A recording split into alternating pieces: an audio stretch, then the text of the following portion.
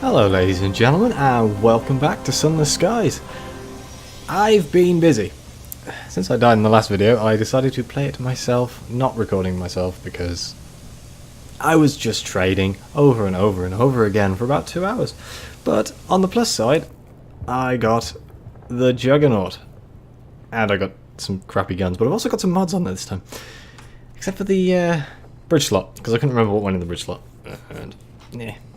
I'm a little bit annoyed because I was kind of hoping I'd have 50 irons, but I have not 50. I'm just short, but I'm sure it'll be fine. But in this episode, we're going straight back into Eleutheria. Eleutheria, is that how you say it? Yeah, close enough. So I've just bought a crap ton of fuel, and hopefully this time I don't die, because if I die this time, I'm going to be very upset. I've spent quite a while getting much better. I've also found out that combat is considerably easier when you're not trying to talk to yourself while doing it. This ship is so much better than the other one, though. It's more maneuverable. At least it feels more maneuverable. I might be going mad, but it definitely feels better. But either way, anyway, I shall see you at the gate.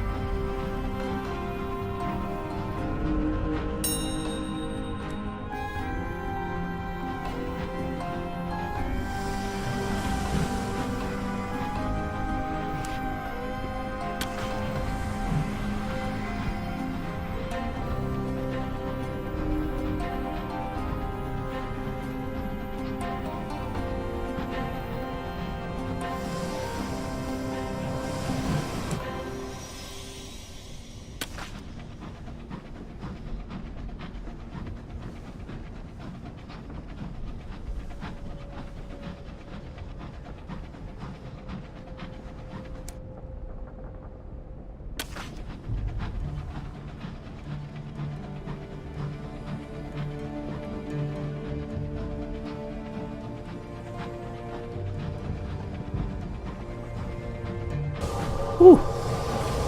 Got him. Right, we're here at the gate. I am worried about the amount of fuel I have.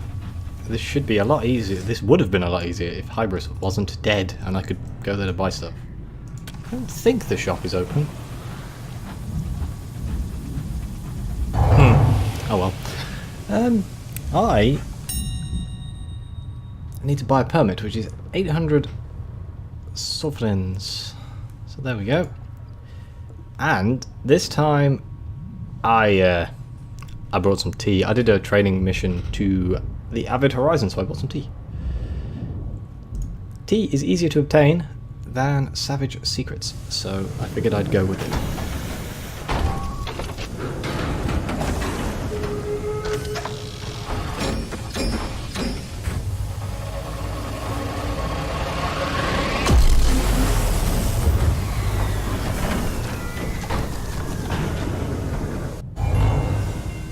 And here we are. Again. Oh, we lost all the chart data this time, but my plan is to get into the middle. I've noticed there's a trend where all of the places have the main thing in the middle. So, if we just go to the middle, we're all good. I've also been warned about using my light here. I didn't even know you could turn your light off with L. But... oh, that was the suicide bomber.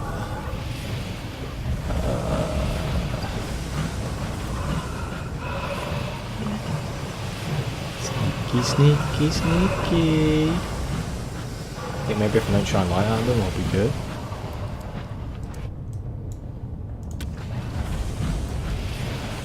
Oh man, this place terrifies me. But as you turn your light off, you get a huge boost of terror. But I do want to thank everyone who did comment and stuff on my demise in the last video. It's very nice. I've had a lot of people watch that episode. I think it's because it's a new update. But hopefully this one will be considerably interesting, because I'm going to try and not die.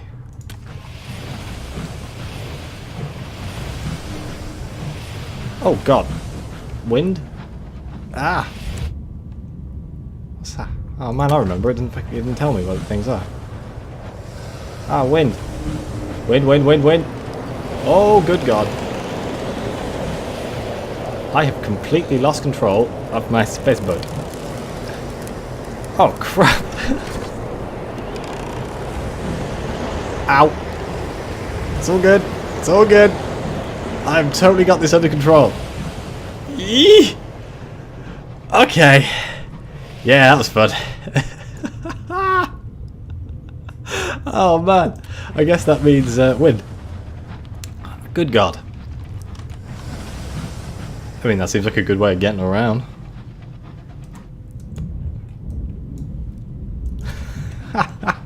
What a cruel bugger put that there. Oh dear. Man, look at the backdrop on this thing. No one speaks. Louder than a whisper. Be wary, Captain. Grievers slumber here. Oh. Grievers are the suicide bombing people. Oh, that was in the foreground, not the background. Thanks, Brian.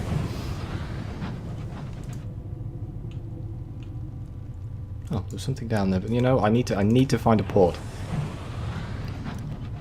I have to find a base of operations before I can do anything else, because if I run out of fuel or supplies, I'm boned.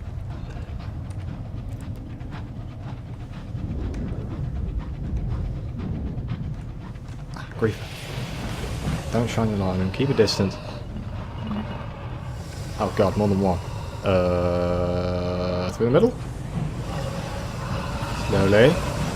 Slowly. Oh god. I don't know what I'm doing. Don't let me down, Ballo. Your scout relays its findings. That's not really that helpful, but let's go have a look.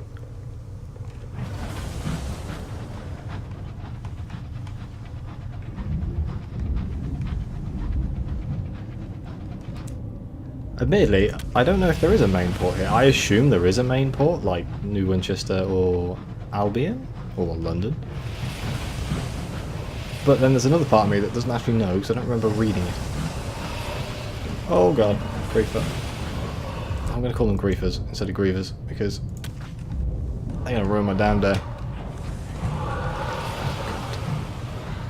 You know what? Spoiler, I think my terror may go up.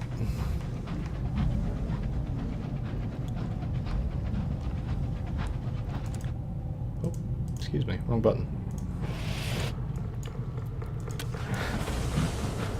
This place is terrifying. Oh, I can't see anything.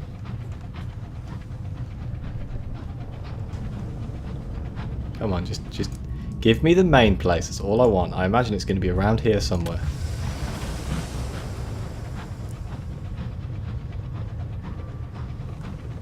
If they followed a similar design premise. That noise. Ooh. Oh, I like that music. Something's loading in.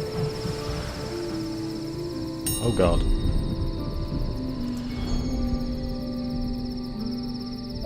Your driver pulls your locomotive alongside the wreck, close enough for you to leap from one to the other. The floor of the bridge is carpeted with glass fragments. It shines like stars in your lamplight and tinkles like bells when your boots brush it. A sky chest nailed to the floor at the back of the bridge yields to your efforts. An aromatic casket.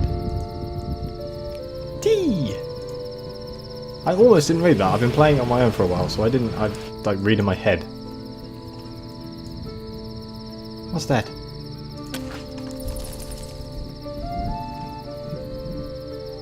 I feel like I'm close.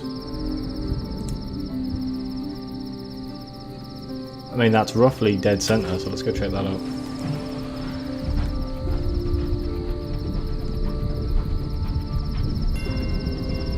Bargainer's Bridge. Friend or foe? You approach Pan of Crimson Mysteries, Pan of the pipe-haunted groves, Pan the dusky, delirious, divided heart of Eleutheria. I'm just going to turn my light off while I'm here, just in case, you know, I don't want to piss anybody off. This is a safe zone because my terror's not going up, so I need to find the dock. That would be nice. Ah, the backdrop in this place is wonderful. Is that the dock? Have they changed the...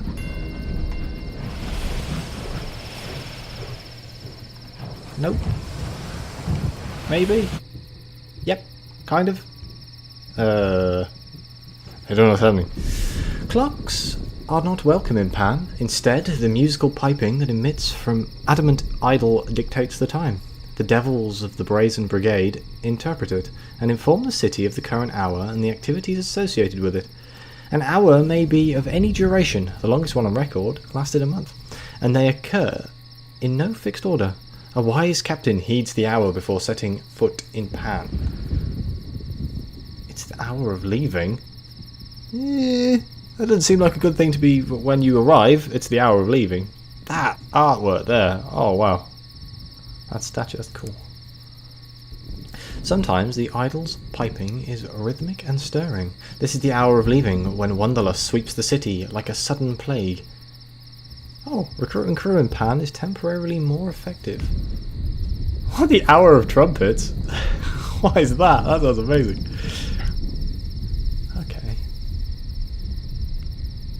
This clot of sable groves is home to the devils of the Brazen Brigade. At its heart stands the adamant idol, whose arrhythmic piping determines the current hour in Pan. The Brazen Brigade, as it interprets, they promise they are utterly impartial. Or its interpreters, they promise they are utterly impartial.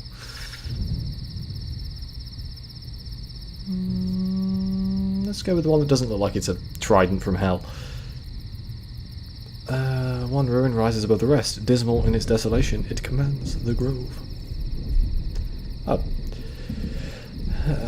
Commands grove. From its broken windows, the adamant idol can be seen, like the moon viewed from a tower. The commanders and knights of the Brazen Brigade reside within.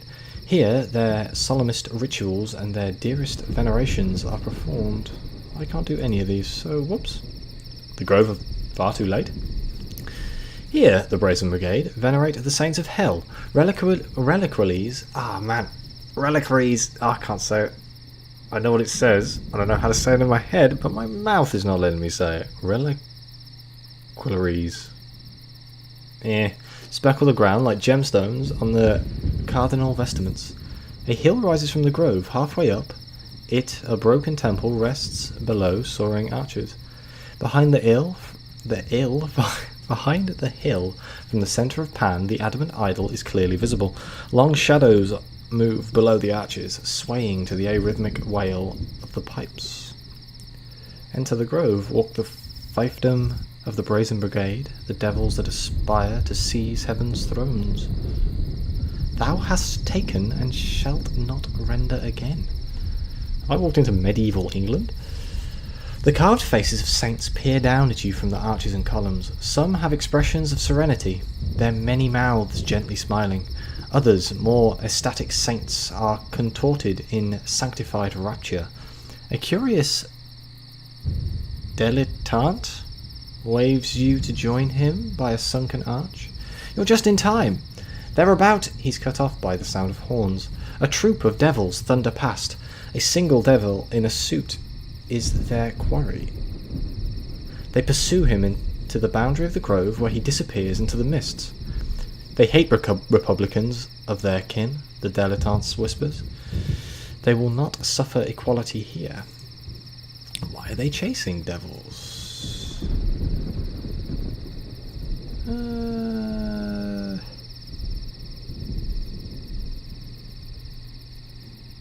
I feel like allying with a particular faction is a terrible idea without finding the others, so let's find out some information.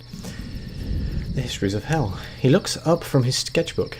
I wish to witness suffering, not out of sadism, you understand, but my station in life has always been privileged. My art, myself, lacks something for it. Wishing to learn more of injustice, of doomed causes, I came here. The brigade have been very accommodating. I think they appreciate the interest. As for the brigade, they are unique among devils I've known. Their saints are the grand devils who once served in the heavens, but rebelled and were cast down, or imprisoned, or fled. The stories are inconsistent at this point. So they're like, what was it, in traditional folklore, that's the vampires, right? The fallen angels? That's close, right? Yeah. The blessing of the violinist. Sounds amazing. But that's no, okay.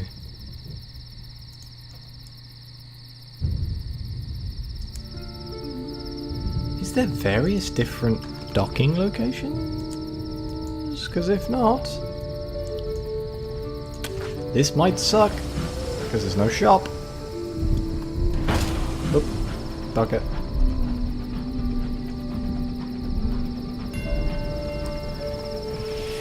What is this thing in the middle? Aha, here we go. So yes, there's various different places you can dock. I'm guessing each one is like a faction. And this is the main one, which is Pan. It's a lovely name for a place. Oh, well, I get a feeling the rest of this episode is going to be me reading. Better get comfortable and learn how to read. What do they sell here? By what do they sell? I mean, what prospects are there? The Master's new cloak. Bombazine to the House of Rod and Chains. A retired Z captain beckons you over. Birdie in my ear says someone at the House of Rods and Chains is looking for some nice material for a new cloaks. 3 rolls should do it. House of Rods and Chains lies some way to the northeast of Pan. I'll grab these just because they'll tell me where places are. The diplomatic bag. Gemstones for Eagle Empyrean. The London Embassy in the Eagle's Empyrean has a need for Navarantine gemstones to bribe officials who cannot be swayed with mere sovereigns. 3 casks should suffice. Eagle's Empyrean lies somewhere to the east of Pan. I still haven't found any of these gemstones. It must be at the one place I haven't found. It's annoying. Okay, the night market. They sell fuel here. Good. Engineering. Anything new in there? Ooh, purple. Hello. It's like elite stuff, right? I'm broke. I'm like completely broke, but it's nice to know that I can get irons at 75 plus. How the hell do you get it that high? I struggle to get it to 50. I guess if you survive long enough and have all of the right companions and purely put all of your points into irons, I imagine that would work. Nightingale Engine Yard. What have they got in the engine yard? The Nightingale Yard, the gleaming pride of Pan, endeavours to outdo its rivals, whether mortal or stellar. Price should be the only barrier to quality craftsmanship. Oh, that's big. I feel I've seen this one. This thing looks new. The Medea-class destroyer. Forceful, terrible, unbreakable. This is Apollo's Chariot, manufactured only in Pan. These engines are designed to withstand traversal through Eleutheria's dark night. Well, that's worrying. 3 plating slots?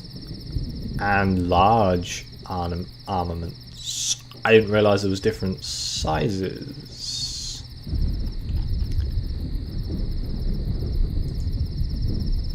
Are these large? Small weapons? What are large weapons? How intriguing. I'm sure we'll find out at some point, right? Okay, let's go to the station. King's Idle Station. And as exuberant as an old pirate den of the Caribbean, Pan's station teems with thieves and merchants, smugglers and evangelicals of inventive new cults. Ooh. In a grove nearby is a seat of the Cypress King, who has little power. For the record, that can be Caribbean or Caribbean, I don't care. I say it differently depending on what mood I'm in. Visit the king, I guess. I mean, Pan has no ruler, but it does have a king. Is it like a in name only? The position is not a powerful one, nor secure. The only real authority is to rule on any disagreements that can't be settled at the forum. During the Hour of Thorns, anyone can challenge the king, and if successful, take the crown. It's a burgundy grove, shaggy with vines and moss. The current Cypress King resides a smiling devil, dark-skinned, lounging languidly amidst the roots. He twirls the thorny crown in his fingers. A number of admirers pay him court, hanging on his diabolical wisdoms.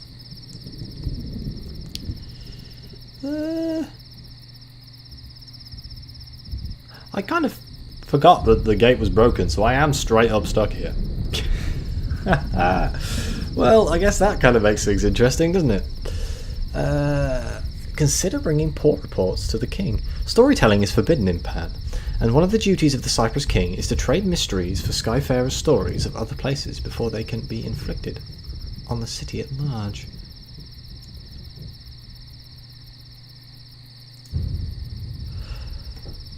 Better than coin. Through the dockside, businesses use sovereigns for convenience. For most other purposes, mysteries are more valuable currency in Pan. It is a city of secrets and initiations. The Cypress King will trade Eleutherian mysteries for your port reports. You can trade these for various functions in Pan. Okay, how do I leave? The king knows. You are informed that the Eagles Empyrean, London's nominal allies in opening the path to the sky, maintain a transit gate that leads back to the Reach. The Empyrean lies somewhere in Eleutheria, beyond the belt of midnight. Well, that doesn't sound bad, does it? Okay, so we've talked to the king. Let's go to the station, see if there's anything interesting. Here is Pan, the dusky heart of Eleutheria, built upon the sundering remains of a cathedral of the heavens, now overgrown with midnight groves. It is a refuge for rebels, outcasts, and pariahs, for the unloved, the unmourned, and the unbelievable. Several factions have claimed fragments of the ruins, but the central dock is a neutral ground. It heaves with crowds, and the air is filled with cries and music and raving laughter. I think I actually need to repair my ship, really. 120 out of 123. Recruit crew and officers. Is there a new officer here? No. I guess I'm full. Pooh.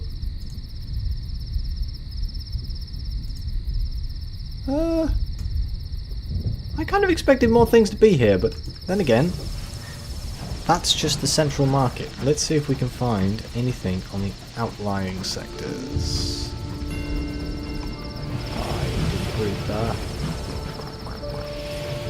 Probably gone by now. Oh no, the binding tables.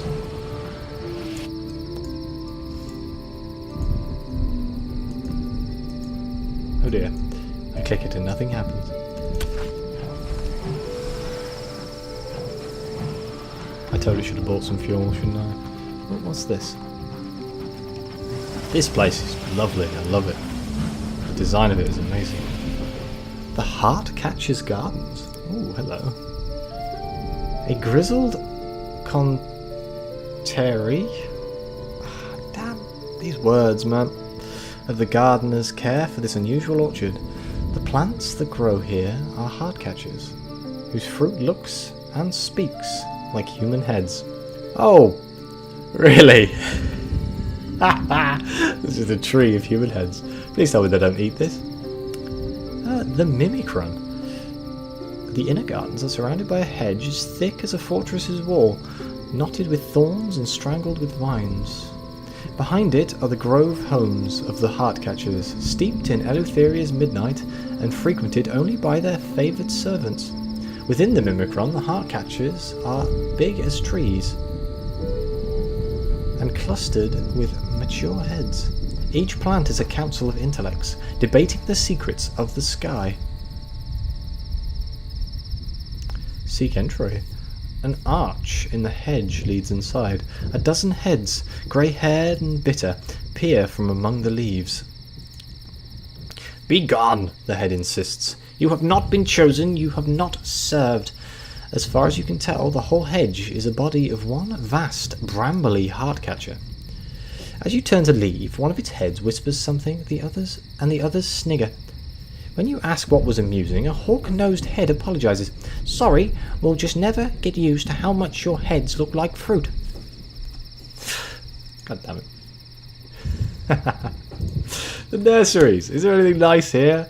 So we're getting the piss taken out of me by a tree with heads on it. A series of finely manicured indigo lawns cover at this corner of Pan. Peculiar plants grow in the beds, tangled as rose bushes and budding with fruit. The fruit is lumpen. Perfectly formed facial features are growing on it. This one has a frantic staring eye. This one is a growing an ear. This one keens pitiably through tiny trembling lips. Silent gardens, whose broad-brimmed hats are hung with veils to hide their faces, tend devoutly to the plants. Do you have to hide your face because otherwise they laugh at you? Because that's what I'm getting. Speak to the green-fingered old warhorse, or what a name. He removes his hat. The face beneath is scarred and bleak, a soldier's face. Oh boy. He must occupy a senior position, for the other gardeners nod their heads as they pass him. Beneath his overalls, he wears a rat-skin suit, ragged from the plant's playful thorns. There is a deadness to his gaze. Ask about the petitioners. A number of desperate-looking people are lined at the hedgerow gate to the inner gardens. The heart-catchers know many secrets, he says. Among them is a method to capture a death and seal it away so that it can't trouble you. If you fear a particular end, like drowning, say, or freezing, the heart-catchers could hide it away. He takes a cage of squirming mice from his coat, fishes one out and drops it into the thorny vines of the closest plant. The vines constrict, the mouse squeals, the plant shivers. It's no guarantee of immortality, of course. 1,000 deaths await in the skies. Well, let's ask about himself. Judging from his military bearing, he's not always been a gardener. No, once I was a soldier, and a commander of soldiers. I was good at it, as such things are measured. Now I keep gardens and tend to the heart-catchers, and pray that I have no further effect on the world at all. Another gardener passes you carrying a bucket. Kneeling by a bed full of budding heart-catchers, they tip the bucket over. The contents ooze redly onto the soil. This is all getting a bit macabre. Ask about the heart-catchers. Learn about these peculiar plants. They're a species native to the heavens, he observes. Here, in the nurseries, we help the younger specimens grow to maturity before transferring them to the inner gardens, the mimicry. He indicates some colleagues who are digging up the largest plant in the garden and wrestling it onto a cart, while it tries affectionately to throttle them. You note its fruit, which are now big enough to resemble the faces of brawling cherubs. Bawling cherubs. Once fully grown, the warhorse continues. Their fruit can reason and speak and debate, more effectively than we, even. Each plant is an entire council or faculty. Should we ask him about gaining entry into the garden? A hedge encloses it, an archway permits entrance, but it's protected by a mature heart-catcher whose cynical faces peer from the thicket. They excregate intruders with an insightful critique. Only friends of the heart-catchers may enter the mimicry, and successful petitioners, of course, but the latter are blindfolded. Perhaps if you performed a service for the heart-catchers, they would warm to you. Bid him goodbye. Well, I think that's it. I don't think we can do anything here. Okay. Well, this episode has gone on for quite a while, so I may end it right here. What was that noise? Oh dear. Thank you for all the people who commented again, and oh dear God, what is that? Is it friendly? Ah! It's fine. It's fine. What was I saying? Oh yes, thank you to all the people who watched the last episode, commented, let me know things, warned me about things. Very helpful, very useful. It made me want to make this episode a lot more, especially after the horrendous defeat I played here that kind of sapped my morale somewhat. But, as always, like, subscribe, let me know what you think, and I'll see you next time.